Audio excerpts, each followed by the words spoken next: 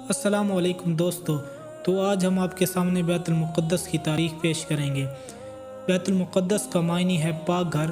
امت مسلمہ کا قبلہ اول یروشلم اور اس کی عبادت گاہ جس کی بنیاد حضرت داؤد علیہ السلام نے رکھی اور تعمیر حضرت سلیمان علیہ السلام نے کی۔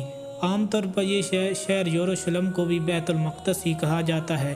یہ ان شہروں میں سے ایک ہے جنہیں نوع انسانی عظمت و احترام کی نگاہ سے دیکھتی ہے، جس کا ذرہ ذرہ مقدس ہے۔ اکثر انبیاء اسی شہر میں مبعوث ہوئے۔ یہ شہر مسلمانوں، عیسائیوں اور یہودیوں کے لیے یکساں متبرک ہے۔ حضور صلی اللہ علیہ وآلہ وسلم کی ہجرت کے بعد صحابہ کرام کو ساتھ لے کر 17 ماہ تک اسی طرف رخ کر کے نماز پڑھتے رہے۔ جب آپ صلی اللہ علیہ وآلہ وسلم معراج کے لیے گئے تو یہی مقام آپ صلی اللہ علیہ وآلہ وسلم کی پہلی منزل بنا۔ اسی مقام پر حضور صلی اللہ علیہ وآلہ وسلم نے سابقہ انبیاء علیہ السلام کی امامت کرائی۔ یہاں حضرت داؤد علیہ السلام، حضرت سلیمان علیہ السلام اور کئی دوسرے انبیاء کے مقابر میں حضرت داؤد علیہ السلام نے شہر مقدس پر 33 سال حکومت کی۔ اس تمام عرصے میں اسرائیلی فوجوں کو سکون بہت کم ملا۔ البتہ ان جنگوں کا نتیجہ بنی اسرائیل کے حق میں اس لیے بہت زیادہ مفید رہا کہ بنی اسرائیل جو قبائلی اسپت کا شکار تھے، مختلف قبیلوں میں بٹے ہوئے تھے، ایک قوم بن گئے۔ حضرت داؤد علیہ السلام کی دلی خواہش تھی تو ان کی یہ خواہش تھی کہ وہ ایک معبد بنائیں، لیکن اسرائیلی روایات کے مطابق انہیں خواب میں بتایا گیا کہ اللہ کا مستقل گھر ان کے بیٹے کے عہد میں تعمیر ہوگا۔ چنانچہ حضرت سلیمان علیہ السلام نے تخت نشین ہونے کے بعد 1012 قبل مسیح میں اس معبد کی تعمیر شروع کرائی۔ یہ عمارت اسی جگہ تعمیر ہوئی جسے داؤد علیہ السلام نے منتخب کیا تھا۔ اس عمارت کی تعمیر 7 سال تک مسلسل جاری رہی اور 2 لاکھ افراد اس کی تعمیر میں مصروف رہے۔ بعد میں یہ عمارت ہیکل سلیمانی کے نام سے مشہور ہوئی۔ ہیکل سلیمانی فن تعمیر کا ایک شاہکار تھا جس کی لمبائی 90 فٹ، جس کی چوڑائی 30 فٹ اور اونچائی 45 فٹ تھی۔ اس کے اندر پاک ترین جگہ بنائی گئی جہاں تابوت سکینہ رکھا گیا۔ حضرت سلیمان علیہ السلام کی وفات کے بعد بنی اسرائیل کی ریاست 2 حصوں میں بٹ گئی۔ اس کے ساتھ ہی بنی اسرائیل فواحش، حرام مکاری اور عیاشی میں مبتلا ہو گئی اور انہوں نے ایک اللہ کو چھوڑ کر بتوں کی پوجا کرنی شروع کر دی۔ اس کے بعد جو رجحان علیہ السلام جو کہ سلیمان علیہ السلام کے بیٹے تھے، جب وہ تخت نشین ہوئے تو انہیں تخت نشین ہوئے 5 سال ہی ہوئے تھے کہ شاہ مصری شاک نے یروشلم کی طرف پیش قدمی کی اور بغیر مزاحمت کے شہر میں داخل ہو گیا۔ ہیکل سلیمانی اور عبادت گاہ کی تمام قیمتی چیزیں شاہی خزانوں کے ساتھ لوٹ کر لے گیا۔ حزقیہ 740 قبل مسیح سے 700 قبل مسیح میں اپنے دور میں ہیکل سلیمانی کی عظمت کو بحال کیا۔ یہود کی پہلی قوم تباہی و بربادی بخت نصر کے ہاتھوں 598 قبل مسیح میں ہوئی۔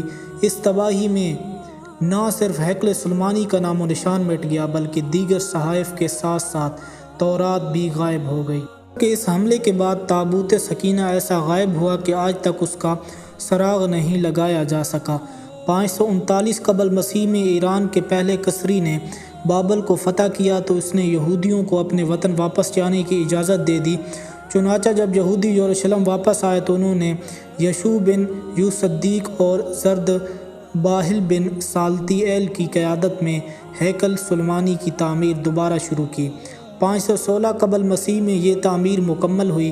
63 قبل مسیح رومی جنرل پومس پائی کا محاصرہ کر کے ہیکل کو دوبارہ تباہ کر دیا، لیکن ہیرود اعظم کے دور میں جو رومی شہنشاہ تھے ان کے دور میں یہ دوبارہ تعمیر ہوا۔ بیت المقدس نے دوبارہ سلیمان علیہ السلام کے عہد کی عظمت حاصل کر لی۔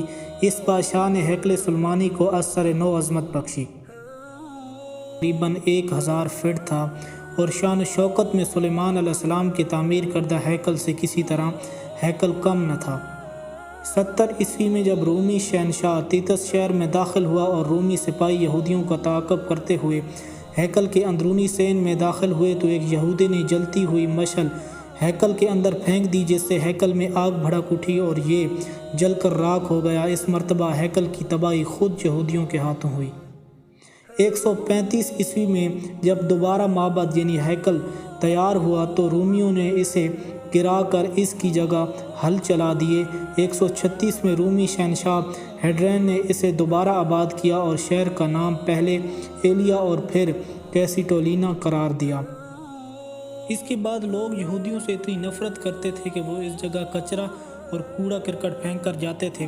چنانچہ حضرت عمر رضی اللہ تعالیٰ عنہ نے جب ان کے زمانے میں جب مسلمانوں نے بیت المقدس فتح کیا تو اس وقت یہاں یہودیوں کا کوئی معبد نہ تھا بلکہ کھنڈر پڑے ہوئے تھے۔ حضرت عمر رضی اللہ تعالیٰ عنہ کے حکم سے اس کھنڈرات پر ایک مسجد کی تعمیر ہوئی۔ ایک قدیم سیاہ ارکلف نے بھی ایک سادہ مسجد کا ذکر کیا ہے جو 670 عیسوی میں مقدس مقامات کی زیارت کے لیے بیت المقدس بھی آیا تھا۔ تقریباً اس سادہ سی تعمیر کے 50 سال بعد اموی خلیفہ عبد الملک بن مردان نے 72 ہجری یعنی 290 عیسوی میں مسجد اقصیٰ اور قبۃ الصخرہ کی بنیاد اٹھائی۔ مقدس کی مختصر سی تاریخ آپ کو پسند آئی ہوگی۔ ہماری حوصلہ افزائی کے لیے ہمارے ویڈیو کو لائک کریں اور ہمارے چینل کو سبسکرائب کریں اور ساتھ میں دی ہوئی گھنٹی کے بٹن کو بھی دبا دیں تاکہ آنے والی ہر نئی اپڈیٹس آپ تک پہنچتی رہے۔ ویڈیو دیکھنے کا شکریہ۔